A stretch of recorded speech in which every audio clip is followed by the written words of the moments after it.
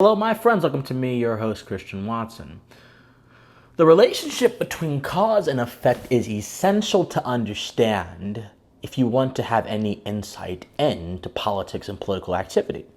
And that relationship is on full display right now with the most recent announcement made by activist and I would even say provocateur David Hogg, who became quite famous, quite eminent in our culture after the Parkland shooting in Florida, which unfortunately took the lives of many young high school students, but which Hogg has used as a means to get his star high in the sky above all others. Indeed, Hogg recently announced that he was going to host a series of events around the country. Rather, his group, March for Our Lives, is going to host another March for Their Lives on June 11th, all around the country. Thousands of folks are expected to pour into Washington, D.C. There will also be marches in Buffalo and cities all around the country. If you live in America, there's a chance you could find a march in a town near you. I'm most certain that you can. This is a very well-funded and well-oiled operation. And we've already seen precursors to these marches happening just right after the Uvalde shooting. Indeed, only 2 days after the Uvalde shooting, the activist group Every Town for Gun Safety had students across the country in high schools march out to fight for gun control, to fight for gun safety measures, to say stop the mass shootings. So as I mentioned, the relationship between cause and effect is very interesting to understand. Because my friends, if you look at this from a different viewpoint than how most folks, this is not really about Hogg. This is not really about Every Town for Gun Safety. This is not about March for Our Lives. This is about what moves people towards certain objectives and certain ends, certain aims.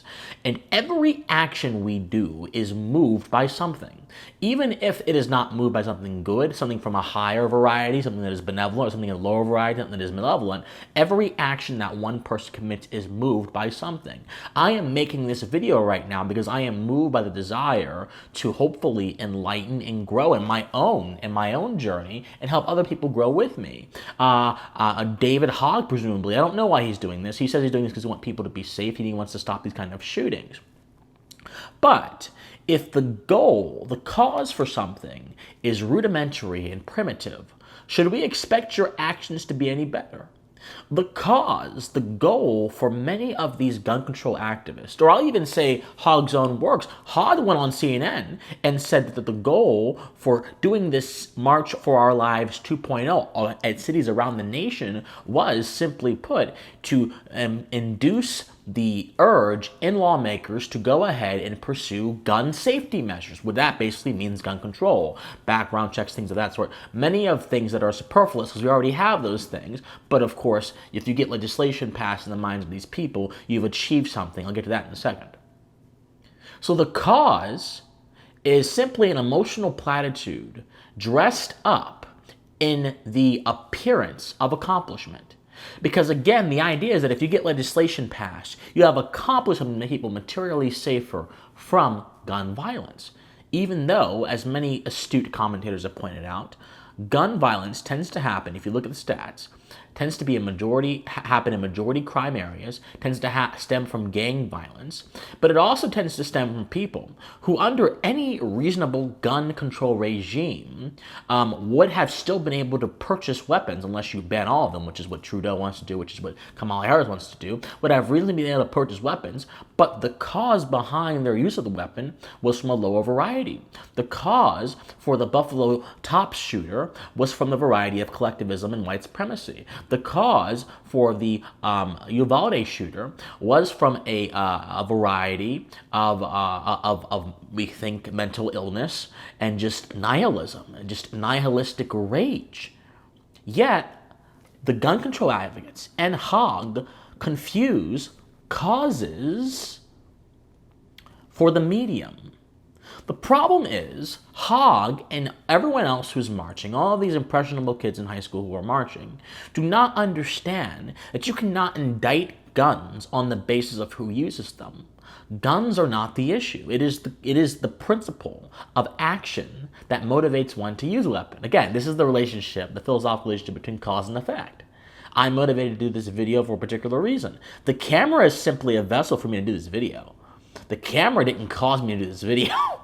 And if you were to ban all cameras, I promise you, I would find a way to get my message out there. I would probably go back to, I don't know, carrier pigeon or something of that sort. I would find a way to, direct mail, mass mailing. I would go back to the 1800s or something, telegraph or whatever. I would create telegraph lines, something of that sort. But you get the point. The camera has nothing to do with the cause of my principle of action. And the principle of action of mass shooters and criminals are oftentimes varied and complex and must be addressed from a psychological viewpoint and a philosophical viewpoint, neither of which are going to be neither of which political legislation, political action, as in passing legislation, are good conductors of. Imagine you have a rod trying to conduct electricity. Passing a law is not a very good way to conduct electricity.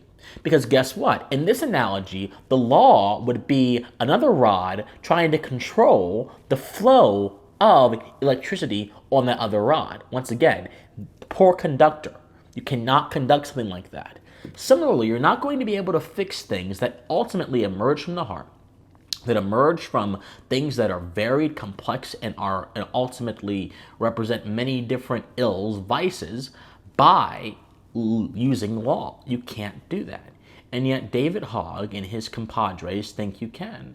And this is a tale as old as political history, my friends. There have been people throughout history, like the Puritans being one of the more egregious examples, who have tried to use laws to instill some kind of decency into people. We also have more recently the obscenity laws of the 1990s, which resulted in several rap groups getting brought to court for violating obscenity laws. We also had sodomy laws, which were meant to constrain homosexuals from practicing their sexuality, once again by making their sexuality a public issue. In every case, these things fail, not simply because they are ineffective, as some would argue, but because in principle they are corrupt and they ignore the principle of action motivating us to certain things. Here's the point, my friends. If you don't understand the principle of action behind a effect, if you don't understand, which is right up in the cause, then ultimately you will never understand why something happens. The next March for Our Lives is built upon a chimera. It's built upon an illusion. And the illusion is that if you push for gun safety legislation, you can somehow save lives. That is not true. What is true is that if you push for a different culture, if you push for a more rigorous value system based in philosophy, based in logic, based in respect for your fellow man, and you allow that to be modeled in culture as opposed to certain other images which are modeled in culture, and you use to transmit that new value system that you've created, you use your internal human empathy, which all of us have by virtue of being human, and show kindness to other people, because as we understand, a lot of these school shooters felt as if they were bullied or whatever. If you just do a few things that you, in your personal life, have the ability to do, you won't need the government to do them for you. And that's the thing here. The March for Our Lives is a proxy, an attempt to get government involved in a matter that it does not have the capacity in any universe to affect, or at least affect productively. Governments can affect things destructively, and that happens all the time. Well, that's a different topic for a different video. So ultimately, this new march by Hogg and his friends will lead to nowhere but more unproductive chatter that does not get to the root or the bottom of the issue of why this is happening and how we can actually prevent it. And if you don't want to get to the foundations of an issue, then I really have nothing. I have no patience for you, and no serious person should either.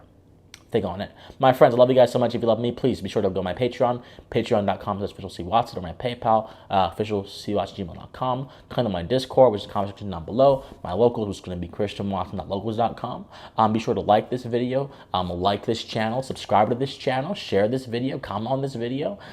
This message is dynamite, my friends. We have to get it out there. I love you guys so much, and please stay pensive. Bye, guys.